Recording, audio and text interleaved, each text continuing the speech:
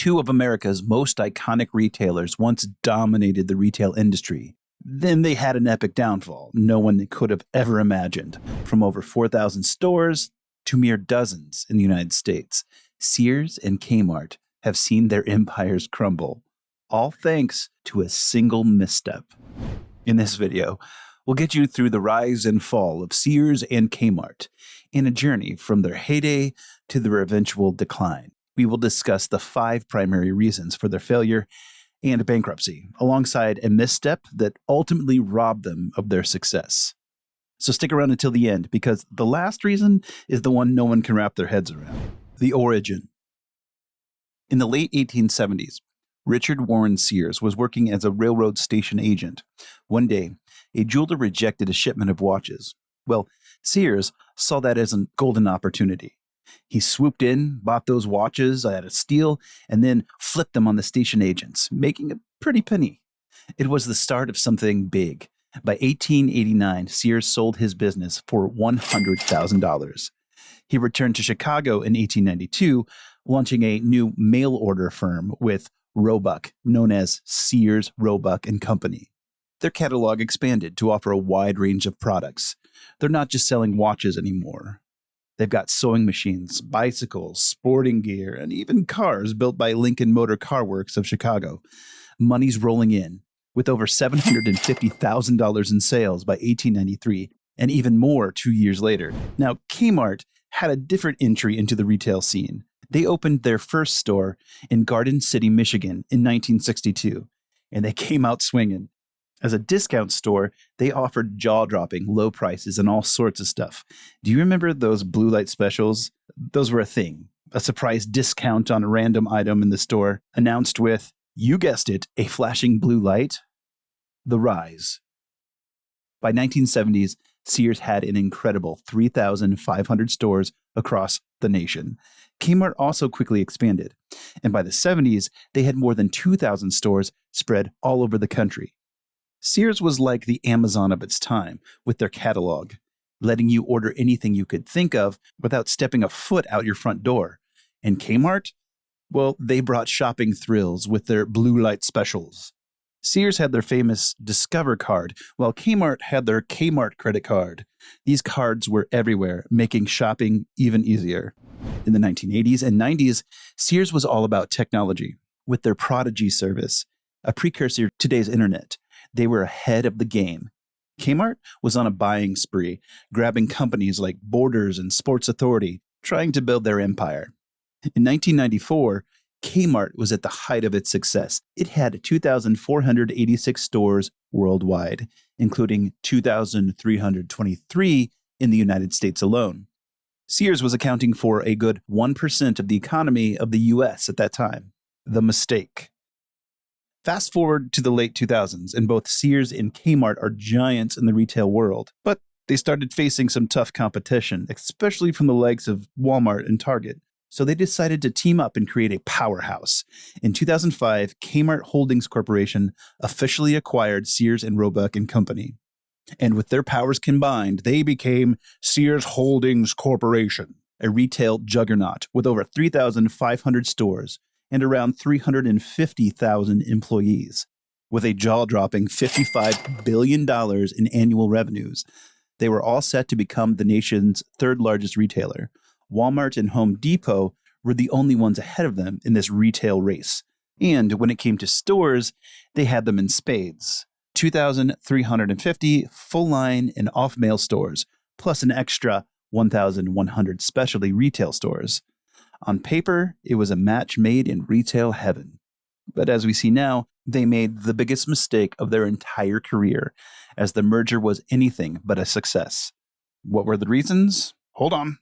We will discuss this soon in the video. First, let's take a look at how the merger went on. The fall. 5 years after the big merger, things weren't looking too rosy for Sears Holdings. In fact, they were in a real pickle. And while they were struggling, their competitors were thriving. So we're talking about some serious sales woes here. Between 2005 and 2009, Sears Holdings saw revenue drop by over 10%. During that same period, Walmart's sales shot up by almost 31%. Target wasn't far behind. with a more than 24% increase. Even Macy's managed to grow by about 5%. As for JCPenney, they did face a decline of about 16%, but it wasn't as steep as Sears Holdings. And just when you thought things might turn around, they didn't. Even when it seemed like shoppers were slowly but surely regaining their shopping confidence, Sears Holdings couldn't catch a break. In the first 3 quarters of a recent year, their sales were down about 1.9% compared to the same period a year before. While their competition was moving in the opposite direction, their sales were on the upswing. Fast forward to 2018, and Sears was in dire straits. Their financial woes had hit rock bottom. Sales and profits were plummeting, drowning in a sea of debt. The retail giant that had once stood tall was now on the brink of a disaster. So what did they do? They filed for bankruptcy, seeking a lifeline through legal protection. Edward Lampert, a hedge fund manager and Sears' former chairman and CEO, stepped in. He was the big shot in charge and the largest shareholder. During the bankruptcy proceedings, he bought the whole company for a mere $5.2 billion. But when the dust settled, Sears went from having over 2,000 stores to just 15 full-line stores and a measly 3 Kmart stores. Who thought that the merger that was supposed to be for the best could have led to the worst? Reasons for the downfall.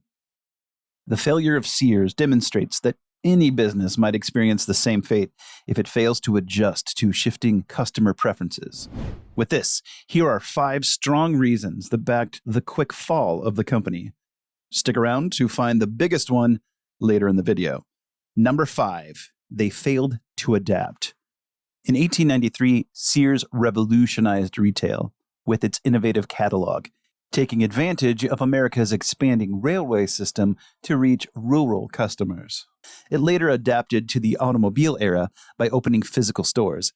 Sears continued to innovate, even introducing the Discover credit card in 1985, which gained massive popularity. However, over time, Sears lost its innovative edge due to complacency and fear of risking its established success. And in the early 2000s, the retail landscape was evolving faster than ever. E-commerce was rising, and online shopping was becoming the new normal. Companies like Amazon were riding high on the digital wave and doing it exceptionally well. While Amazon sales were soaring with the almost 31% increase between 2005 and 2009, Sears and Kmart were singing a different tune. Their revenue dropped by over 10% during the same period. The gap between them and the competition was growing wider. So what went wrong? While the retail world was transforming, Sears and Kmart seemed to kind of be stuck in a time warp. They didn't get the memo that online shopping was the future.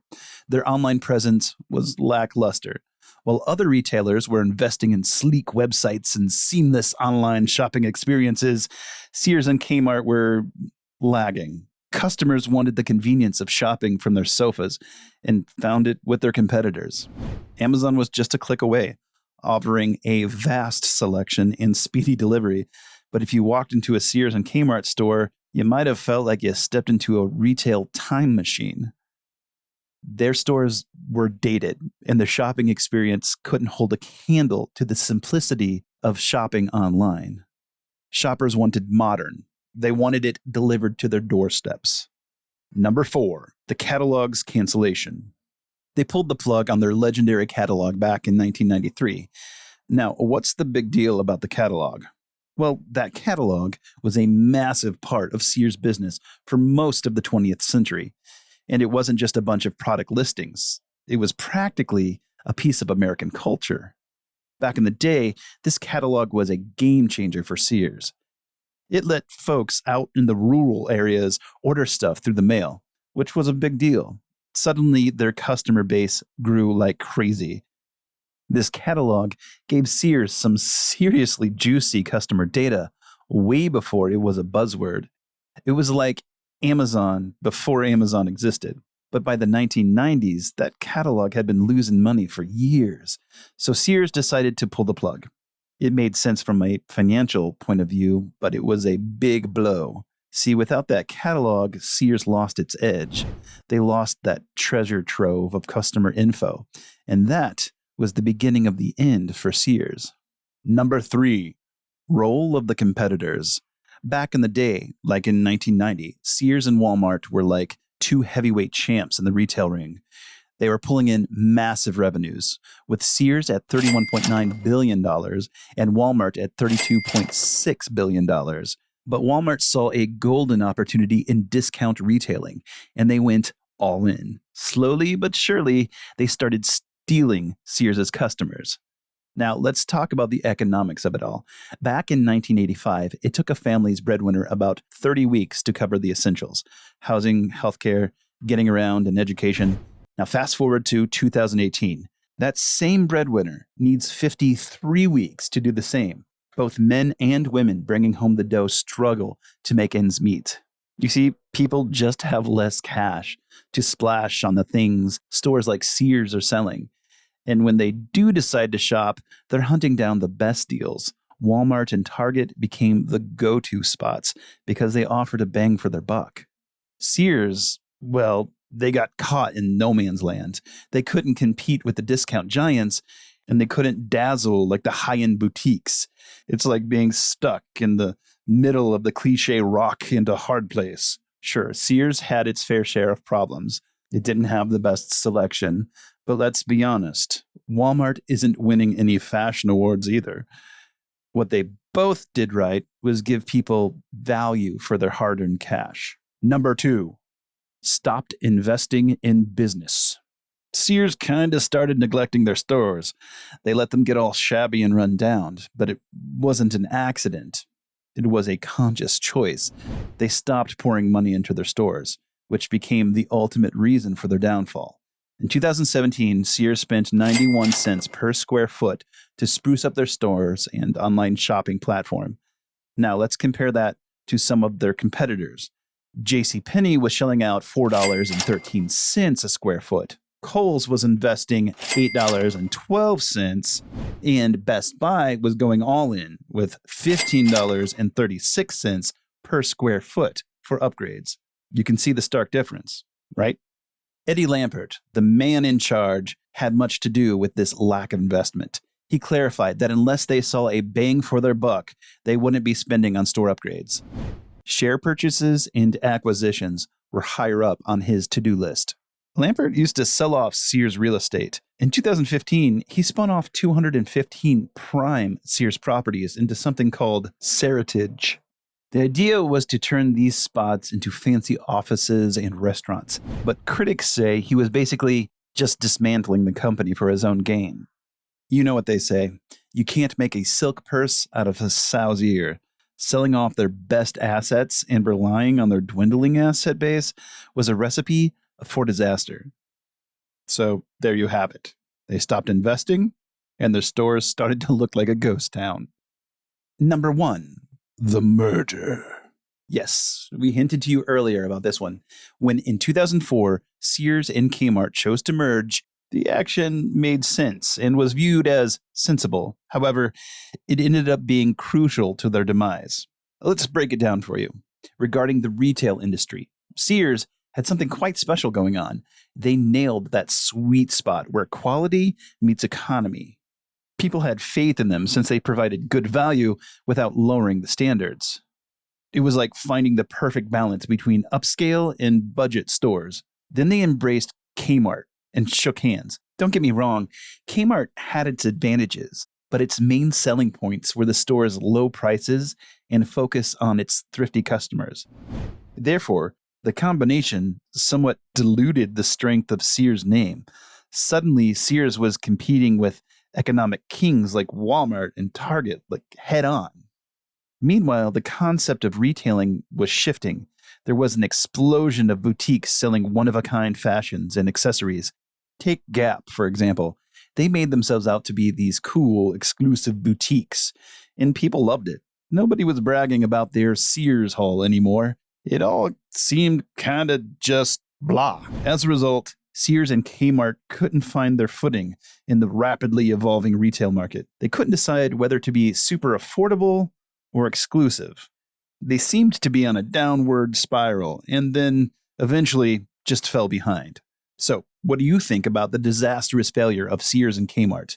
Can they make a comeback anytime soon? Share your thoughts and don't forget to subscribe. See you in the next one.